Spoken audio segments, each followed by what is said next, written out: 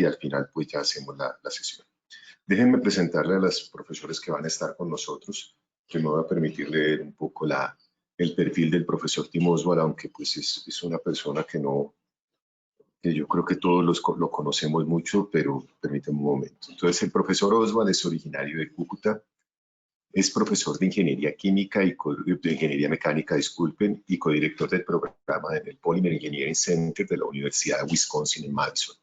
El profesor Oswald fue el primer académico en recibir el premio Dr. Richard Scales de la Organización de Ingenieros Alemanes, sección Polímeros, por sus esfuerzos y contribuciones en globalizar y modernizar la educación en el área de la tecnología de plásticos.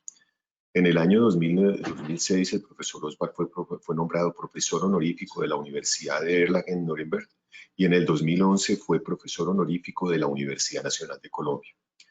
En febrero del año 2019, el profesor Oswald fue invitado por el presidente de la República, Iván Duque, para ser parte de la misión de sabios. El profesor Oswald desarrolla toda su actividad académica en enseñanza e investigación en el área de procesamiento de polímeros en la Universidad de Wisconsin. Ha publicado más de 300 artículos científicos y libros como Material Science of Polymers for Engineers, que los que hayan sido alumnos míos recuerdan muy bien este libro. Polymer Processing Fundamentals, que también lo usamos mucho. Injection Molding Handbook, Compression Molding, Polymer Processing Modeling and Simulation, International Plastic Handbook, Understanding Polymer Processing, Polymer Rheology y Discontinuous Fiber Composites. Los libros del profesor Oswald han sido traducidos al español, alemán, italiano, ruso, mandarín y japonés. Y el profesor Oswald sirve como consultor a varias industrias, es cofundador del Madison Group y está en el consejo asesor técnico y científico de varias compañías.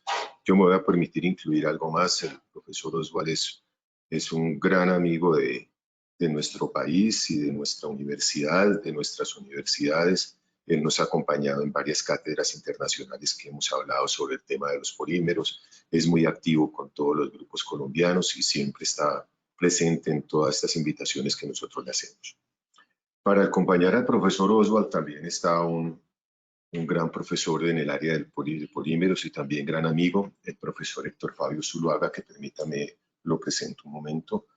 El profesor Zuluaga es químico de la Universidad del Valle, hizo su maestría en la Universidad de Manchester y el doctorado en la Universidad de Florida. Toda su actividad ha sido profesor de la Universidad del Valle. En la universidad fue jefe de departamento de química, decano de la Facultad de Ciencias Naturales y vicerrector de investigaciones. Ha recibido varias distinciones como profesor emérito de la Universidad del Valle, profesor adjunto de la Universidad de Florida, es miembro de número de la Academia Colombiana de Ciencias, tiene 72 publicaciones, un capítulo de libro, 4 de libros, uno de ellos que él nos lo presentó en una cátedra pasada que se llama Introducción a la Química de Polímeros, tiene 2 patentes. Además también con el profesor Fabio, pues hemos tenido una amistad alrededor de los polímeros y personal desde hace bastante tiempo. Él nos ha colaborado también en varias cátedras internacionales.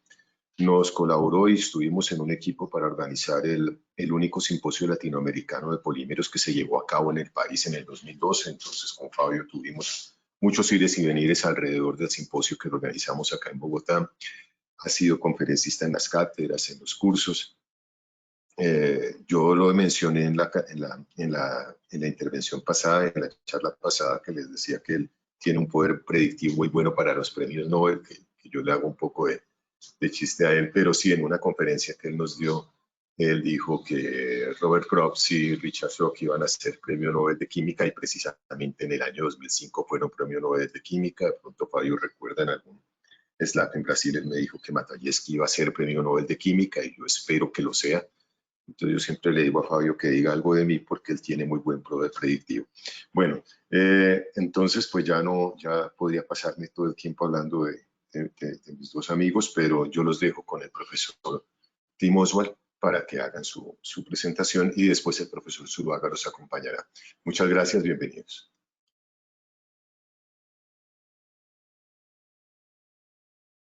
Buenos días. Estoy tratando de organizar mi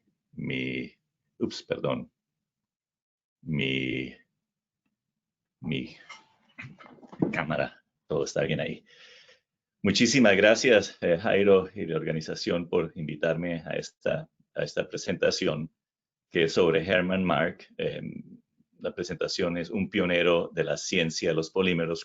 Una vez antes que había dado esa presentación, lo había llamado el pionero de la ciencia de los polímeros y me criticaron por eso y dijeron, no, es uno de ellos. Por mí es uno de los pioneros más importantes en el área de los polímeros y alguien que jugó un papel bien grande en, hace 100 años, cuando empezó el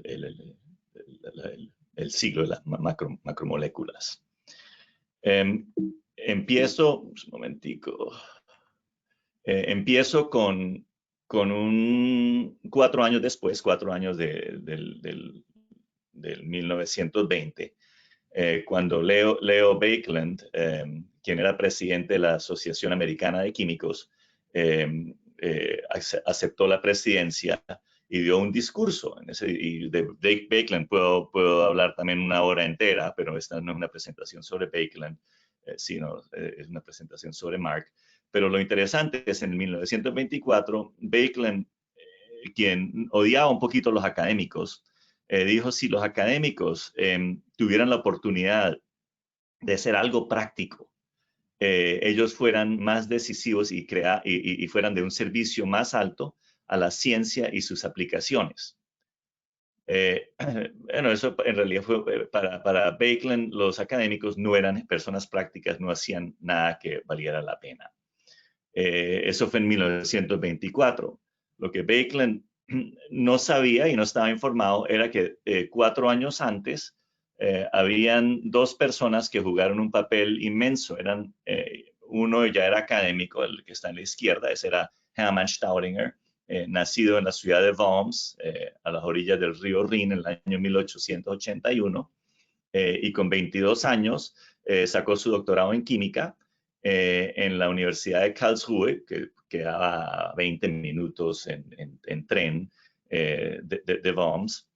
Y en el año 20 ya era profesor de química en la Universidad Técnica de Zúrich. Ese era el uno. El otro Hermann Mark, era mucho más joven, había nacido en el año 1895 en Viena, y sacó su doctorado a los 26 años, interesante, en el año 21. Hermann Mark era, ahí en esta foto, lo muestro con su uniforme de la Primera Guerra Mundial, fue el oficial austríaco más condecorado de la Primera Guerra Mundial. Era un tipo que tenía juspa, era un tipo que manejaba bien a sus tropas. En un momento él mantuvo a toda una tropa de rusos a la deriva mientras su propia tropa se retiraba. Fue herido un par de veces y fue bien condecorado. Y como ven ahí, sacó su doctorado a los 26 años y la razón por la cual eso pasó fue la Primera Guerra Mundial se interpuso entre él y sus estudios. Y en realidad su doctorado lo sacó en un poquito más de 2 años, después donde se metió a estudiar química en la Universidad de Viena en el año 19, después de la Primera Guerra Mundial, y ya sacó su doctorado 2 años más tarde. Y había leído química ya como joven, porque su papá trabajaba en la Universidad de Viena. Y esos 2 caracteres eran 2 de los cuales Leo Baekeland no sabía. Y lo importante es 1 año antes de que Hermann Mark haya sacado su doctorado, que fue la famosa conferencia en Düsseldorf de la Sociedad Alemana de Química, el 20 de junio de 1920, o sea, estamos a un par de semanas de ese gran evento. Uno de los presentadores era Hermann Staudinger. Y Hermann Staudinger en su presentación dijo algo que completamente revolucionó el mundo de la química de los polímeros. Y muchos creían que el tipo estaba loco. Y lo que él dijo era, los polímeros no son coloides. En esa época, en la época del 1920, todos los químicos creían que polímeros eran coloides. La palabra polímero, polymerus, viene del griego muchas partes. O sea, uno puede tomar un monómero, una parte simple, como es, ahí estoy mostrando etileno, y lo estoy representando ahí como una caricatura. Con esferas pequeñas, tomamos el monómero de etileno y lo polimerizamos. La gente creía que presurizándolo a calor se unían y se armaban como racimos de uvas, que es un coloide, y que ese era el polímero. Eso era lo que todos creían. O sea, él dijo, polímeros no son coloides. Y todo el mundo, que Staudinger está loco. Él dijo, polímeros son cadenas rígidas macromoleculares.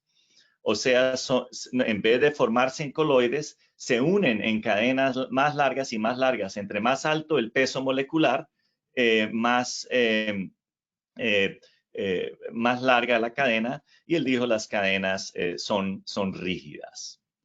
Y él explicó eso porque él vio y hacía medidas reológicas.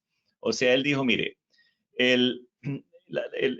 si hago una gráfica de la viscosidad como función del peso molecular, notamos que la viscosidad sube linearmente como función del peso molecular. O sea, en realidad, si son cadenas rígidas y largas, entre más larga la cadena, más alta la fricción, y la fricción es proporcional al largo de la cadena o a lo largo de la molécula. O sea, no pueden ser coloides, sino tienen que ser cadenas.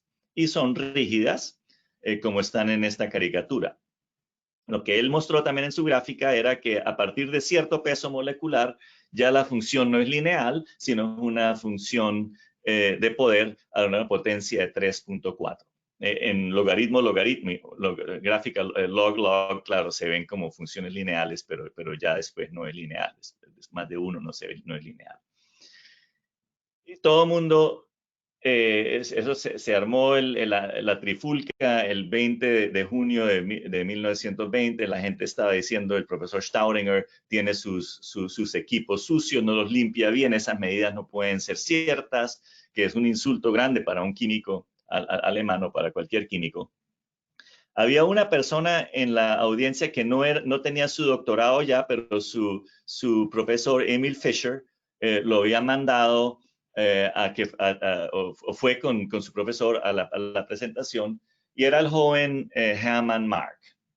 Hermann Mark se paró y dijo, sí, el profesor Staudinger tiene completa razón, los polímeros no son coloides, pero son macromoléculas flexibles, son cadenas flexibles macromoleculares.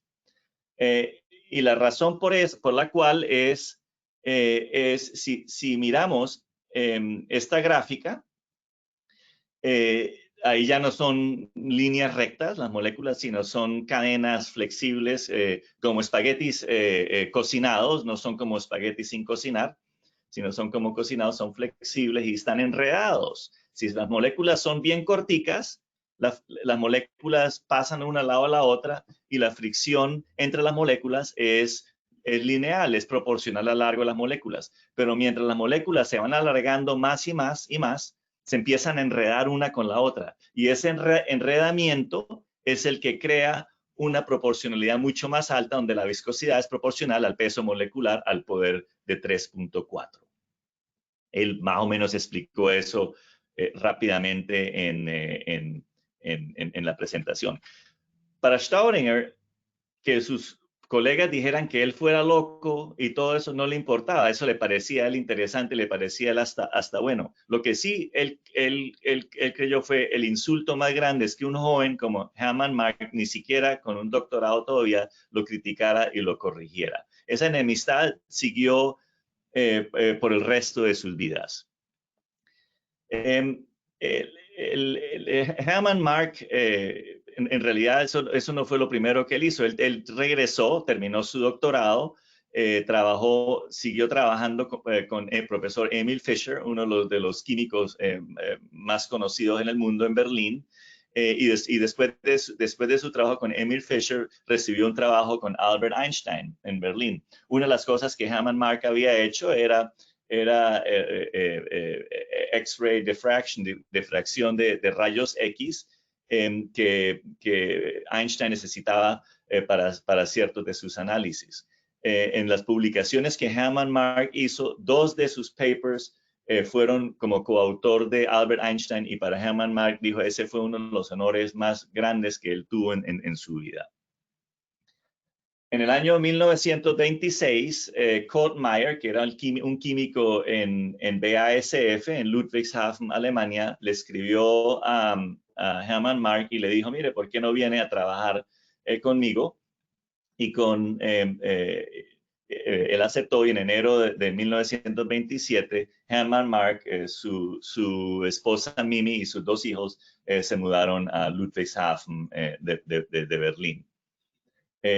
Uno de los grandes descubrimientos de Hammond Mark con Kurt Meyer fue el descubrimiento y la definición de polímeros cristalinos o semicristalinos. Abajo estoy mostrando una caricatura, por ejemplo, de polietileno, que en realidad fue descubierto mucho después, fue descubierto en el año 31 en Inglaterra, pero para mí es fácil mostrarlo como ejemplo. Lo que Hammond Mark dijo es que las moléculas se alinean y se encajan la una con la otra como piezas de Legos. Y es un punto de energía más bajo. O sea, las moléculas cuando se cristalizan descansan, sale calor, un calor en exceso de calor. O sea, eso es una reacción exotérmica. Y las moléculas se doblan, se empiezan a doblar como se muestra aquí en esta gráfica acá, y se forman esfirulitas, que es una estructura morfológica que se forma en polímeros que tienen la oportunidad de cristalizarse. Todos los polímeros se cristalizan, algunos no se cristalizan lo suficientemente rápido, o sea, terminan amorfos, y otros que se cristalizan son los que llamamos semicristalinos. Así empezó la gran carrera de Hammond Mark en el área de los polímeros, empezando por la oferta que le hizo Kurt Meyer en el año 26 y sus próximos años, 5 años que estuvo trabajando y muy productivo, publicó más de 50 papers en esos años mientras trabajaba para la BASF en Ludwigshafen.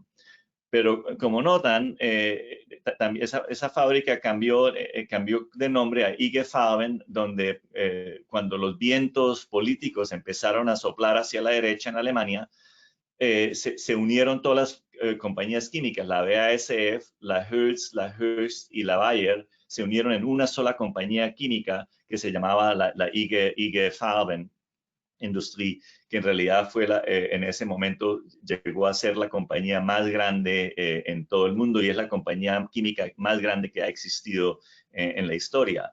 En el año 33, la BASF, la Bayer, la Hertz y la Hearst eran mucho más grandes que DuPont, que Dow, que la ICI y que las otras compañías químicas en el mundo.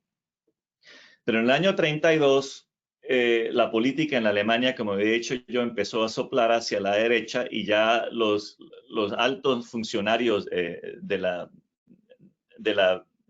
IG Farben, que estaban en realidad bajo la misma cobija de los nazis o los nacionalsocialistas en Alemania, sabían que iban a tener un problema con sus 2 químicos más importantes. Uno de ellos era Hammond Mark y el otro era Kurt Meyer. Hammond Mark era lo que en aquella época se llamaba un hijo de una familia mezclada. La mamá de Hammond Mark era protestante, el papá de Hammond Mark era judío. Era una familia que estaba muy conectada con el mundo judío en Viena. Eran amigos de Sigmund Freud, eran amigos de Chaim Weizmann, que fue uno de los sionistas del siglo XX. En realidad, él se consideraba, si no religiosamente judío, se consideraba y lo consideraban como culturalmente judío. Kurt Meyer era judío, su madre y su padre, los dos eran judíos, tampoco era practicante, pero era como definición de los nazis, era considerado 100% judío. Entonces, los altos funcionarios de IG Farben en Ludwigshafen decidieron de hacer un trato con los dos, Hermann Mark y Kurt Meyer. Le dijeron, mire, ¿saben qué? Nosotros apreciamos muchísimo su trabajo, pero para nosotros va a ser muy difícil de tenerlos a ustedes acá trabajando en BASF. ¿Por qué no Hermann Mark se regresa a Viena y se hace profesor en la Universidad de Viena? La oferta ya la tenía abierta y nosotros le financiamos su trabajo y usted sigue trabajando para nosotros y le hacemos financiación de sus investigaciones científicas. Es cierto, problema ético en esa oferta, pero muchos trabajan para la industria. En realidad, los que más financiaron a Hermann Mark cuando se mudó a Viena fue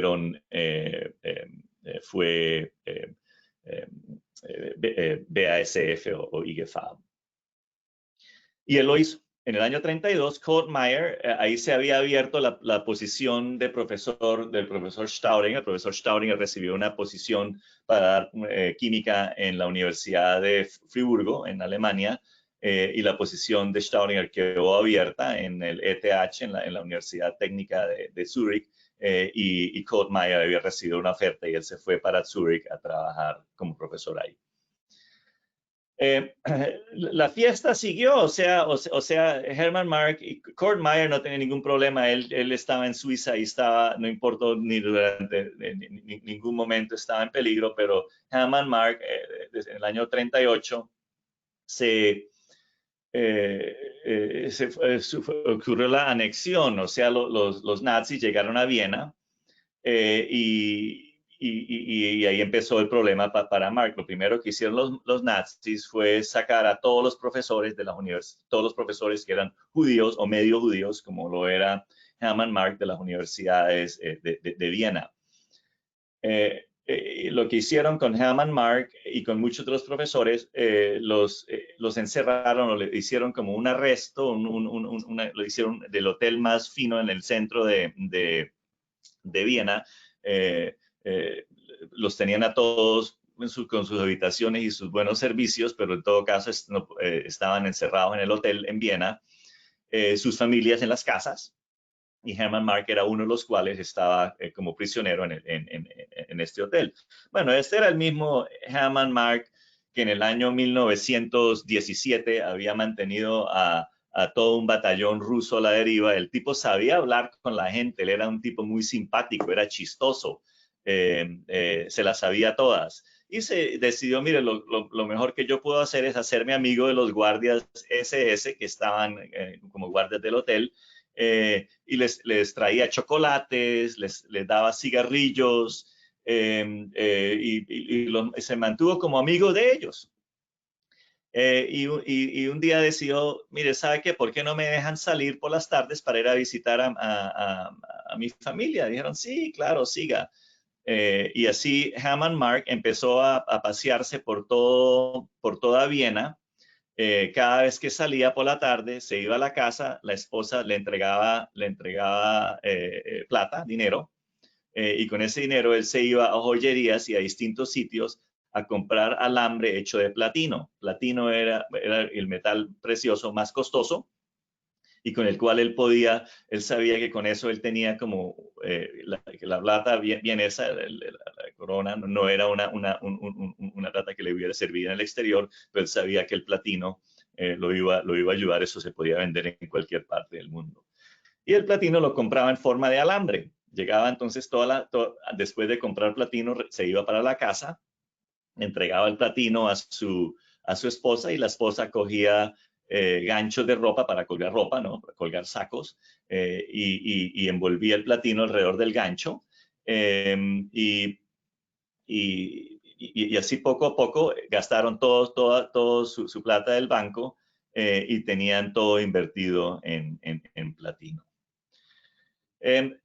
Cuando cuando eso pasó, entonces una tarde le dijo a uno de los de la SS, le dijo, ¿sabe qué? Usted me puede prestar mi pasaporte, porque tengo que ir a hacer una diligencia en el centro y para eso necesito mi pasaporte como documento.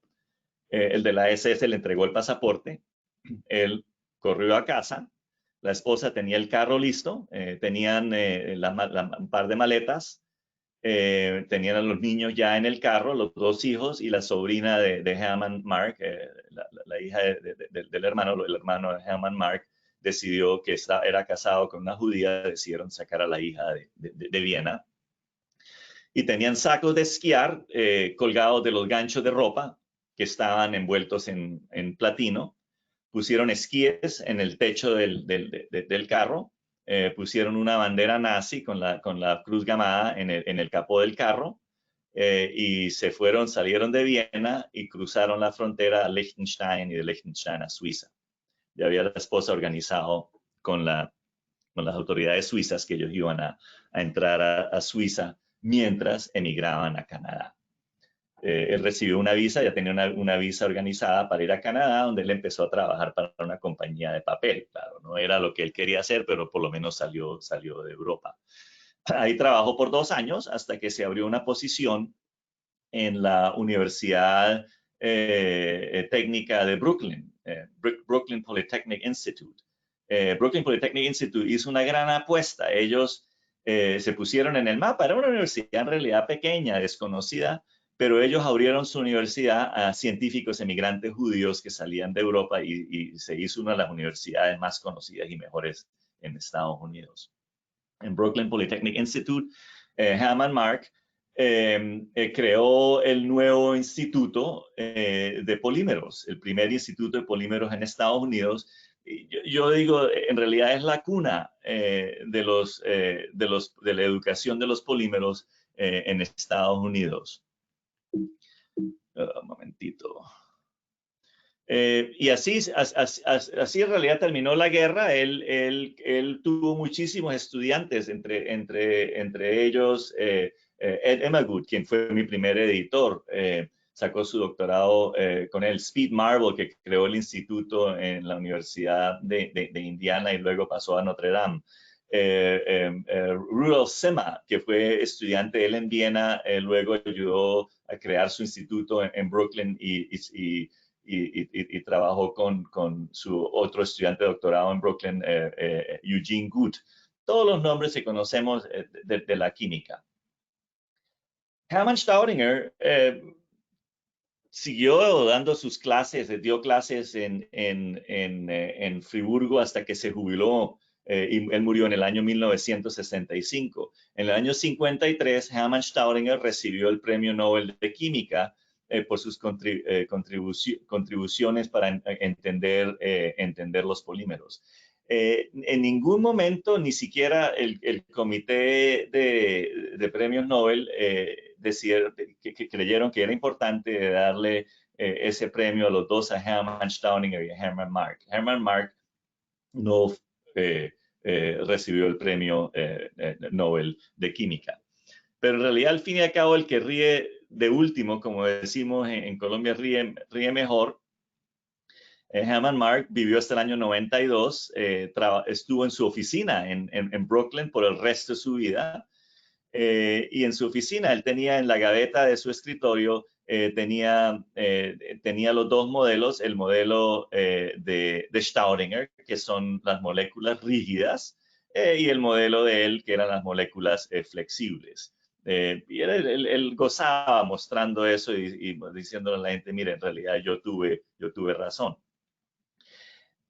Ese entendimiento de la geometría física de los polímeros, que son moléculas flexibles, fue lo que en realidad dio la base a la creación de lo que se puede llamar la ciencia de los polímeros o la física de los polímeros. O sea, eso fue la entrada de la ciencia de los polímeros, entendiendo cómo es la molécula, a físicamente cómo se comportan. en realidad el jugador más grande en ese área, y lo hizo gracias a entender cómo eran las moléculas, fue John Ferry. John Ferry llegó aquí a la Universidad de Wisconsin, en realidad de donde estoy sentado a mi izquierda a 150 metros, fue la oficina de John Ferry, a 100 metros de acá, uno sube a mi lado derecho, uno sube a University Heights, y John Ferry tenía su casa, una casa victoriana de finales del siglo XIX, donde vivió hasta el año 2002, cuando él murió.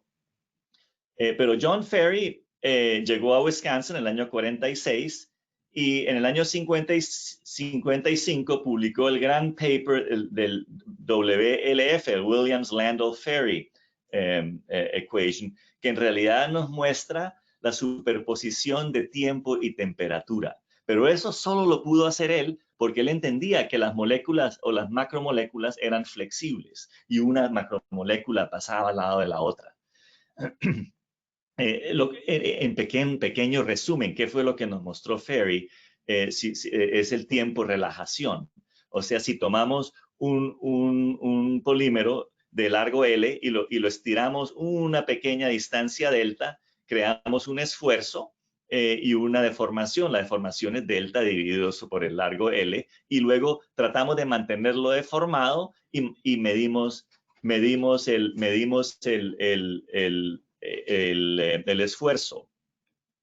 El esfuerzo se empieza a bajar en tiempo por la relajación. Esas moléculas que son flexibles, una se empieza a pasar al lado de la otra, hasta que las moléculas no están, ya están totalmente libres de esfuerzo y quedan felices porque ya no hay esfuerzo entre ellas. Ese tiempo que se demora en relajarse el material se llama el tiempo de relajación lambda. Claro, uno puede hacerlo a distintas temperaturas. Si hacemos a 100 grados centígrados, el tiempo de relajación puede ser un segundo. A 25 grados centígrados, la relajación puede ser hasta años.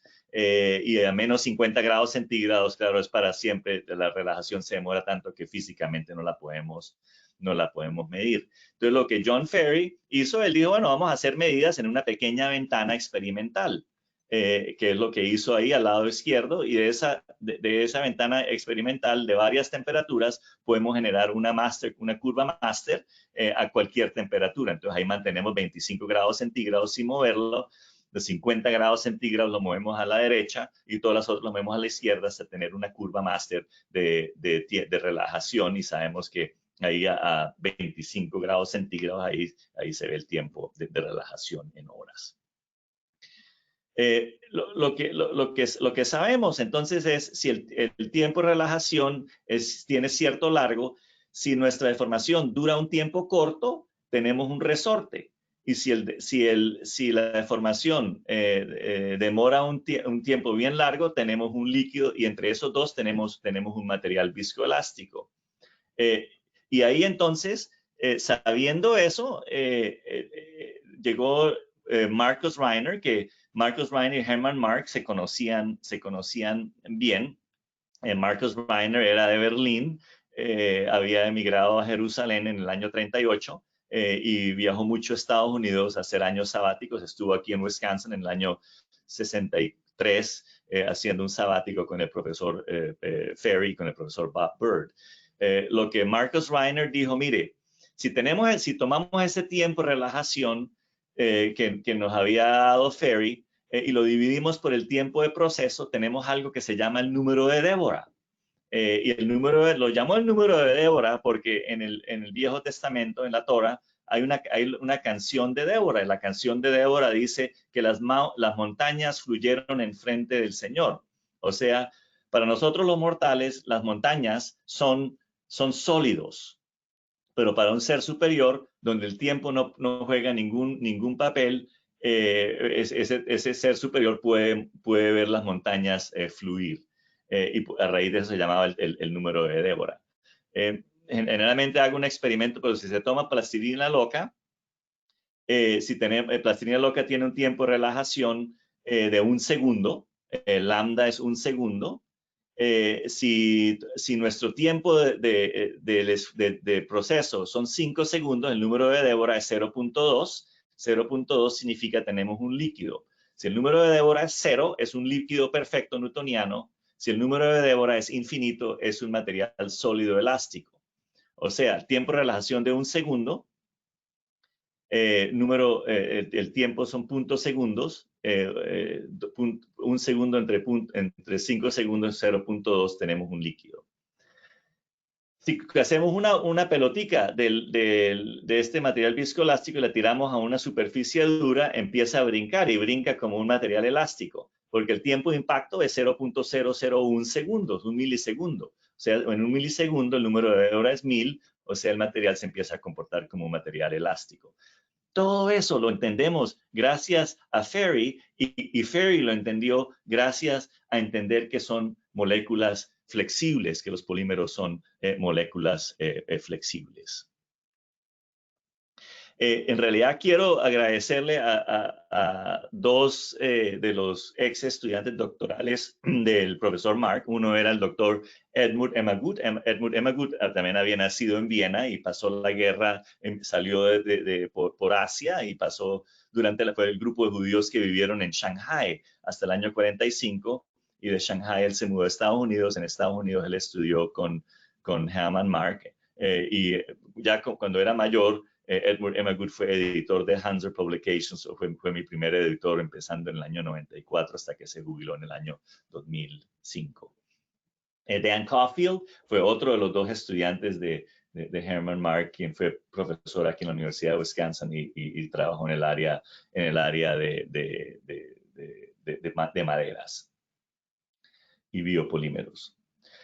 También quiero agradecer a John Ferri. John Ferri por tomarse el tiempo de conversar con un joven profesor. Cuando llegué yo aquí a Wisconsin en el año 89, hace ya 31 años, conocí a John Ferri y me parecía fascinante. Estaba lleno de cuentos. El tipo era uno de los pioneros en los polímeros. Yo había oído de él ya desde que empecé a estudiar polímeros como estudiante.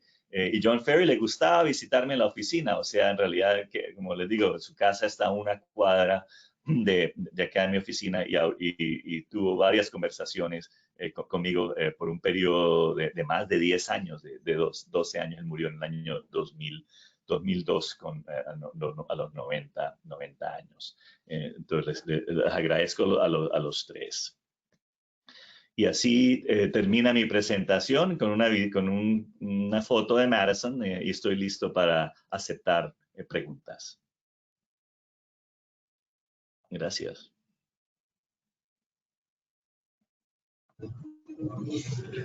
Bueno, muchas gracias, profesor Tim Oswald. Mi nombre es Fabio Zuluaga y vamos a intercambiar algunas ideas mientras Salomé prepara las preguntas. Una de las evidencias más importantes para la definición de los polímeros como macromoléculas fue la que obtuvo Mark al encontrar la estructura de la celulosa por difracción de rayos X. Y en ese tiempo se consideraba que las moléculas tenían que caber en la celda unitaria y entonces no concebían que existieran moléculas más grandes que la celda unitaria. Y lo que postuló Mark con su colaborador fue que la molécula, solo parte de ella, la molécula de células, solo parte de ella estaba en la celda unitaria. Y entonces, con esa evidencia, él apoyó la idea de Staudinger de la existencia de los polímeros como macromoléculas. Y luego, pues, él continuó con sus trabajos. Fue realmente en un principio un experto en rayos X.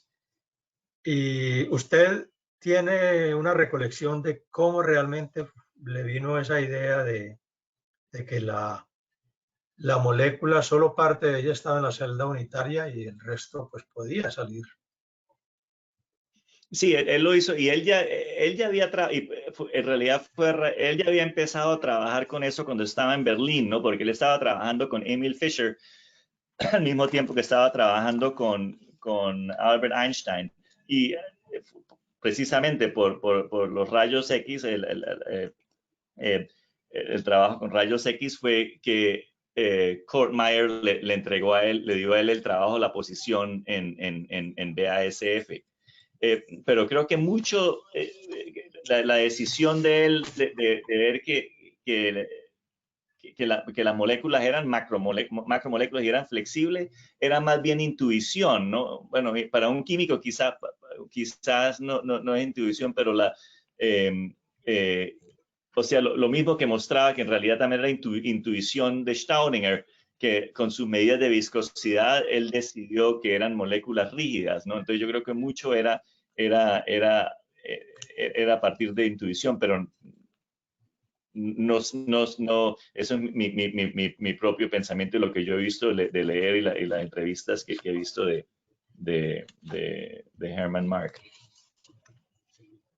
Sí, usted mencionó también pues ya no había traído. algunas discrepancias con Staudinger y varias de ellas era debido pues al gran orgullo que tenía Staudinger, que se consideraba pues el padre de los polímeros y no admitía que nadie lo contradijera, y más que se le adelantaran en algunas de sus cosas. Por ejemplo, Mark con Mayer escribió el primer libro sobre polímeros. Exactamente. Y también fue quien estableció el primer programa de docencia de un doctorado en polímeros, con cursos muy bien establecidos, y además tenía la cualidad de ser un gran organizador y escoger muy bien sus colaboradores. Y entonces para cada curso escogió tal vez la mejor persona que podía ser. Y luego esto lo replicó ya en Estados Unidos en el Politécnico de Brooklyn. Sí. Sí, en realidad quizás una de las cosas más, lo que sabía, y quizás eso es de todos los profesores, ¿no? O sea, ninguno de nosotros estamos donde estamos si no fuera gracias a los estudiantes que hemos tenido, ¿no? O sea, los estudiantes que nosotros tenemos en realidad son los que hacen nuestro grupo y son las publicaciones. O sea, todo lo que yo publico, bueno, yo, claro, recibo todo el crédito, pero en realidad hice el que menos trabajo hizo en estas publicaciones. Siempre es con quién está trabajando. Y Hermann Mark tenía un talento increíble para encontrar talento. Él reconocía gente joven, sabía que no solo eran inteligentes, pero que podían trabajar y hacer trabajo independiente. Así, por eso se trajo a Gut y a Sema. A Robert Sema lo conocí yo ya de viejito. Él fue uno de los creadores del Centro Macromolecular de Cleveland y me senté, no me acuerdo, eso fue en el año quizás 2000 y pico, al principio, poco después de la muerte de Ferry y hacía preguntas increíbles. O sea, Sema como viejo ya sabía hacer buenas preguntas y fue un profesor conocido. Speed Marvel, otro gran profesor en Estados Unidos, Flory, que también tenía ancestro académico junto con Hermann Mark. Todos ellos eran grandes talentos en la química de los polímeros. Pero sí, en realidad, Staudinger, una de las cosas, lo que más odió él fue que lo haya corregido. Y como dice usted, se le adelantó. Y sobre todo se le adelantó en escribir ese gran libro sobre la química de los polímeros. Sí. Muy bien. Por último, pues yo creo que ambos estamos de acuerdo en que fue una injusticia no haberle dado el premio Nobel también a Mark, porque en el primer webinar que se dio en esta serie, una de las preguntas que se hicieron, bueno, y si no hubiera sido Staudinger quien postuló pues la existencia de los polímeros, ¿quién hubiera sido? Y en mi opinión, pues yo creo que Hermann Mark, porque tenía la experiencia de rayos X, hubiera sido quien hubiera postulado esa hipótesis. Exacto. Sí, o sea, y él había podido, en realidad, Herman Mark había podido entrar a cualquier área, ¿no? de física o de química. El tipo era muy inteligente. Como digo, se echó 2 años, ¿no? 2 años en sacar su doctorado. Y ya al mismo tiempo que estaba sacando su doctorado en Viena, ya estaba trabajando con Emil Fischer en Berlín.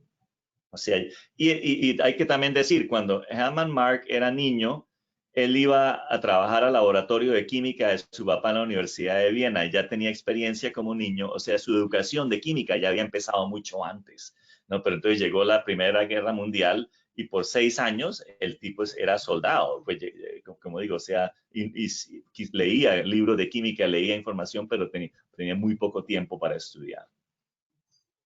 Y otra cualidad era que escogía muy bien sus profesores. Emil Fischer fue un premio Nobel también. Claro, claro. Muy Sí, bien, señor. bueno, muchas gracias de nuevo por su excelente conferencia y les cedo la palabra a Lomé para las preguntas. Muchas gracias, profesor Fabio Zuluaga. Bueno, realmente solo hay una pregunta, la hace Jorge Medina y él dice, ¿Flori y Mark coincidieron en algún momento? Sí, ellos se conocieron, por lo menos de acuerdo a Ed Emagut. Ed Emagut en realidad como les digo, había sido mi editor. Él había conocido a los dos, a Flori y a Mark, y había conocido a Flori en Brooklyn. Y Ed Emagut en realidad nunca se fue de Brooklyn. Él siguió en Brooklyn. Vivió en Brooklyn por el resto de su vida con su esposa. Muy simpático el viejito. Y él fue el que me contó que él conocía a Flori muy bien y sabía que entre Flori y Mark había una relación académica. Saludos Bueno, a los Andes, Jorge. Gracias por la pregunta. Bueno, de resto solamente como comentarios nos llegaron de que les pareció muy bonita la narración de las experiencias, muy bonita la presentación. Entonces ya, profesor Fabio, ya podemos cerrar el webinar. Bueno, antes de cerrarlo, se me ocurre también si conoce de alguna interacción de Mark con Carothers. No, en realidad, y es una buena pregunta. Carothers cometió suicidio en el año 37, y Carothers ahí le puedo dar una presentación de 1 hora o más sobre Carothers. Carothers era un gran admirador de Mark y de Staudinger, pero nunca los conoció. Y la razón fueron a las mismas conferencias. Por ejemplo, había una conferencia, de Faraday Society Meeting, que fue en el año 1932 en Inglaterra. Ahí estuvo presentando Staudinger y estuvo presentando Mark. Pero Carothers, que era mánico depresivo, fue a la conferencia de Faraday. Cada vez que Carothers tenía 6 meses muy productivo y 6 meses que se deprimía. Y cuando sus jefes o su gente en BAS, en DuPont, veían que empezó su etapa depresiva, lo mandaban de viaje. Y lo mandaron, y uno de esos viajes fue al Faraday Society Meeting en Inglaterra.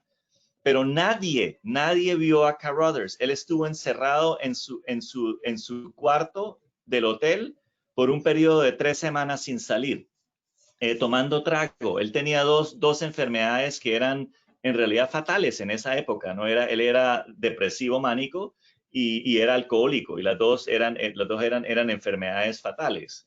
Lo mismo en las conferencias que ocurrieron en Zurich. Él estuvo 6 meses en Zurich y nadie lo vio. En Zurich. Interesante, o sea, habían podido haberse juntado y hablar, pero él estaba en un punto de depresión tan bajo que no salió de la habitación de su cuarto.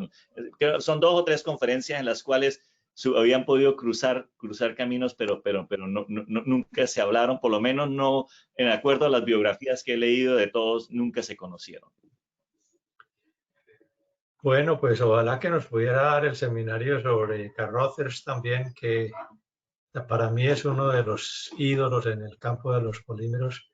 Fue un genio de aquellos que se ven muy poco. Y bueno, Un muchas genio, gracias. Perdón. un genio total. Sí, muchas gracias de nuevo por su conferencia. Y para los que no conocen, tal vez el profesor Tim Oswald nació en Bogotá y vivió en Cúcuta hasta los 18 años, así que es un colombiano que desgraciadamente se nos fue para los Estados Unidos, pero afortunadamente tiene muy buenos vínculos con la Universidad Nacional, ha dado varios cursos aquí y nunca se ha olvidado pues, de sus raíces colombianas.